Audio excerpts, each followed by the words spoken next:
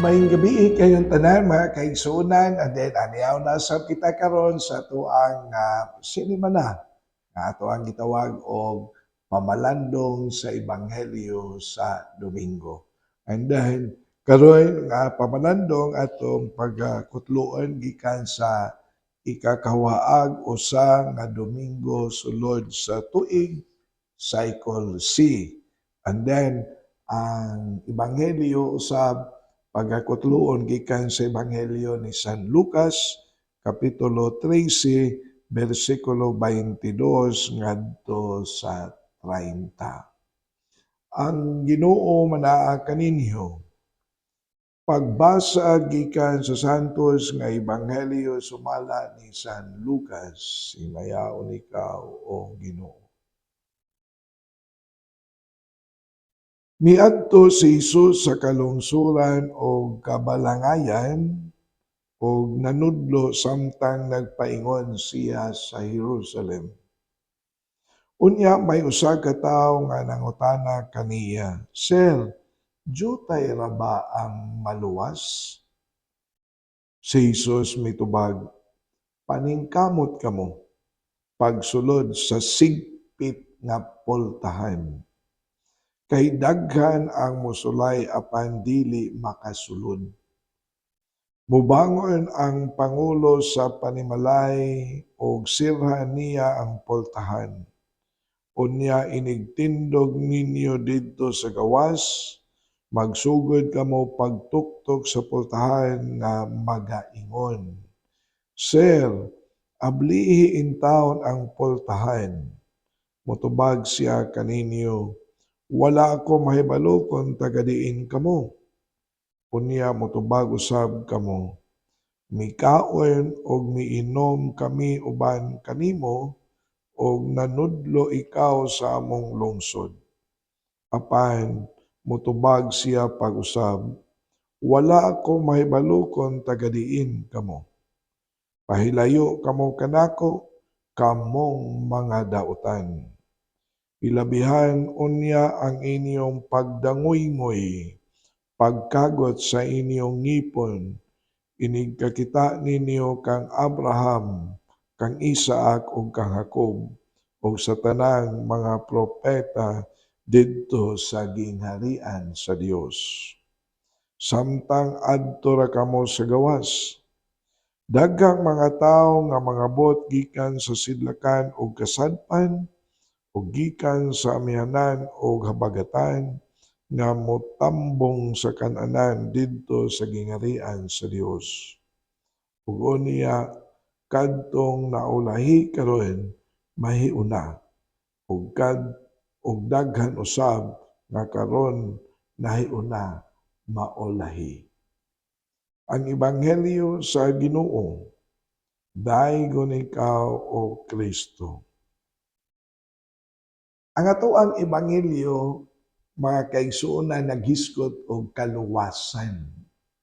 And then, ang kaluwasan nga gisgutan sa atong ebanghelyo mao ang kinabuhi ngadto sa langit. And then, kay bao naman gyud ta, no? Nga kitang tanan, bisag unsa ug kinsa ta, bisag tagadiin pa ta, bisag unsa pa ang atoang mga pinulungan, kitang tanan adunay open invitation sa atoa nga Ginoo diha sa pagsulod sa langit. Diha sa grasya na atoang gitawag og kaluwasan, kinabuhi nga way katapusan. And then ang atoang ebanghelyo nagpahinumdom usab kanato. Labi na sa usa ka pangutana nga gipangutana ngadto ni Kristo mingon, Sir, jutay rabay maluwas? Nindot sa gayo ang pagkatubag ni Kristo. Wa biya sa moingon daghan o jutay, pero unsa may iya nga gitubag sa maong nga pangutana. Paningkamot kamo pagsulod sa sigpit sigpit nga pultahan. So, sigpit nga pultahan. Kay daghan ang musulay apan dili makasulod. Sa ato pa, higpit nga pultahan. Kung ato na siyang tan-awon o pamalandungan, ang pagsulod sa gingharian sa langit, dili na siya nga sayon. Doon na quality control. Ang quality control according to God's standard, dili sa man's standard. Mauna, higpit nga pultahan, ang dalan padulong sa langit, higpit sa ato pa, nagkinahanglan na siya og personal o wholehearted response sa ato ang kaugalingon. Kung magisgot na ta og personal and wholehearted response, ang gingharian sa Dios nagkinahanglan kana og tinuod buhi nga pagtuo sa ato ang kaugalingon. Dili lamang buhi tinuod nga pagtuo, kundi usab kinahanglan usab kina og usa ka miti sa pagkamasunuron sa pulong sa Dios. Dili lamang diha sa pagkamasunuron obedience to God's word, kundili kinabuhi usab nga iyano, simple nga diin mao ang God's expectation and standard to each one of us. Living a life of humility and simplicity. So, kining mao nga kinabuhi nga expectations gikan mo ni ang God's standard nga ngayan natong puy-an. A life of simplicity, a life of obedience, and a life of faith. Mauna na higpit nagkinahanglan og sakripisyo. Sakripisyo sa atoang nakaugalingon. Nagkinahanglan nga atoang workouton.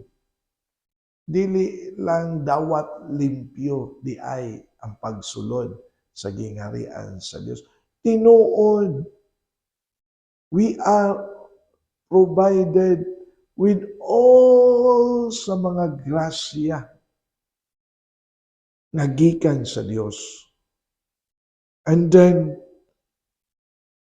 apan kinahanglan nga ato ang workouton. Dili pwede ang huwan tamad kung maghisgot na pagsulod sa gingharian sa Dios. Dili pwede. Dili pwede ang kinaiya nga gitawag og pagkatapulan. Dili pwede. Mauna kay ang grasya sa gingharian sa Dios ug ang langit mismo gasa na nga gikan sa Dios nga gihalad, gi-offer direct kanato, dili na atoa. I have to make it clear. Gikan na sa Dios, iya na sa Dios, and then gi-offeran rata ni ana. And then pag-offer ana sa Dios diri kanato, mauna ang gitawag og God's standard to follow. Daghan, and then I enumerate some. Living a life of genuine faith.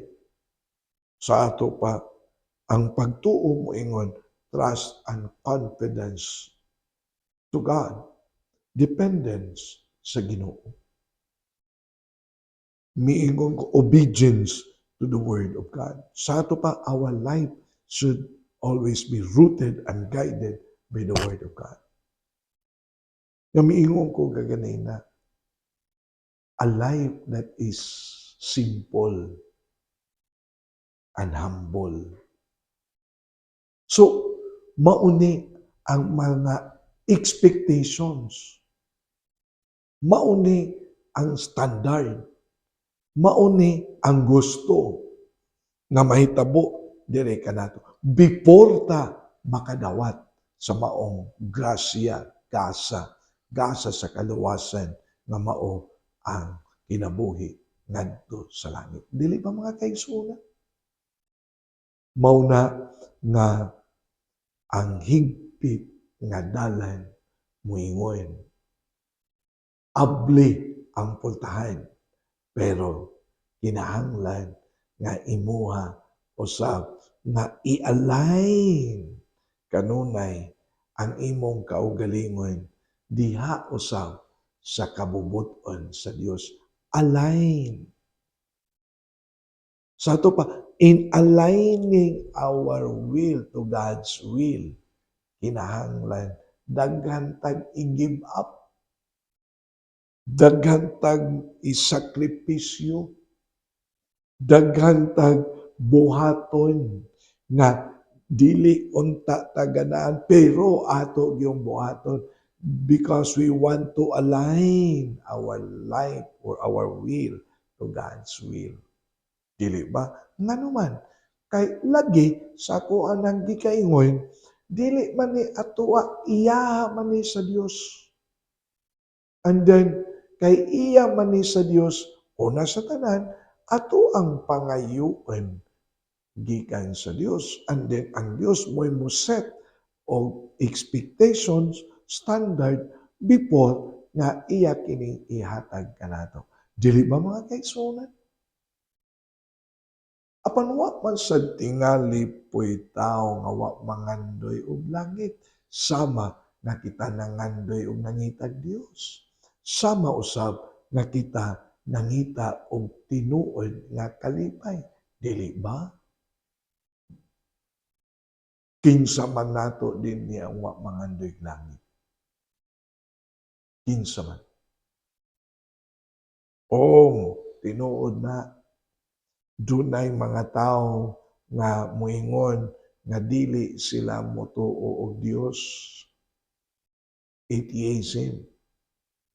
Pero daghan usab ang mga testimonies gikan sa mga tao nga miingon nga dili sila motuo kuno og Ginoo o Dios, pero at the end asking for sorry, forgiveness for not believing that there is God. Dili ba? Dili pwede ngano man lagi kung ang tao kanang helplessness, powerlessness, kanang makorner na diha sa kalisod, sa kapait, kanang you are now being abandoned. Kanang sitwasyon, parehagod sa sitwasyon sa story of the prodigal son, helplessness, powerlessness, nothingness, and then nanuman nga mahinumdum ka o Ginoo. Mao lagi na sa atuang nga nahibawan usab. It is because the deepest desire of man is always to be with the Lord. Mauna nga sa creation story from the start of our existence, ang tao gitawag na image and likeness of God. Masterpiece of God's creation. God's people. So, kining tanan mo hulagway nga ang man by nature is religious. And then, our religiosity moingon nga we are always connected with the Lord. We want to be in communion with the Lord. Mauna nga nangita kita Ginoo. Nangandoy kitag langit. Nangita nangandoy. Nagdamgo kita. Makapuyo, makasulod sa langit. Lagi ang ato ang ebanghelyo is very clear nga nihatag og vivid warning, higpit nga pultahan. A symbol nga moingon, dili sayon. Dili sayon. Mauni nga kinahanglan doon ang mga sakripisyo. Ug ang mga sakripisyo nga gisutan, mauni ang paghikling sa mga butang nga kalibutanon nga usahay mahimong babag sa ato ang panaw padulong sa kaluwasan. Dili ba, mga kaigsuonan? Mauni nga nindot sad ni labi na kon ato po ning dalhon sa atong kasaulugan sa ato ang Jubilee year. Masing manimot ta na we are still on the year of Jubilee. Mauni nga ang panaw sa paglaom nagtan-aw kini sa kinabuhi sa kaluwasan sa langit. Nagtan-aw kini sa destinasyon sa ato ang panaw nga mao ang kaluwasan, ang langit, ang kinabuhi uban sa Dios. Ang tinuod nga kalipay nga di pwedeng mahatag sa kalibutan. Ang kinabuhi nga kita makig-uban diha sa Dios. Dili ba, mga kaigsuonan? So, ato aning dalhon sa atuwa usab nga matawag nato pamalandong sa ato ang ebanghelyo nga diin atoa karon nga gihimo. Nining ikakawaag usa, no? Ikakawaag usa nga Domingo sulod sa tuig. And then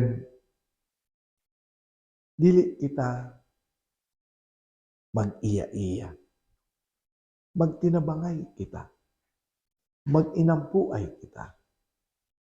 Aron magdungan kita pagsulod sa langit. Mag-inampuay, magtinabangay, magdungan kita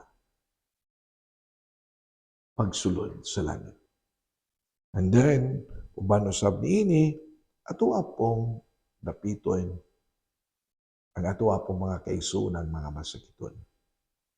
Naunta dili sila madala sa kasakit, sa ilang balatian, sa ilang mga frustration sa uban pa, aron sila makakuyog kanato sa gingharian sa langit.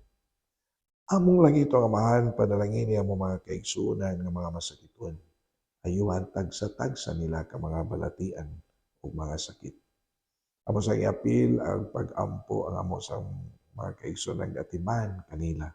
Nauntag kadasig ug gugma sa pag-atiman. Kining tanan, among ipangayo, pinaagi ni Kristo, among Ginoo. Amen. Mga kaigsuonan, ani lang sa takuto, magkita na punta sa sunod nga Sabado, alas 6 sa Mantakna, alas 6 gabi, sa ito ang FB account, Archdiocese of Cebu, Catechetical Ministry.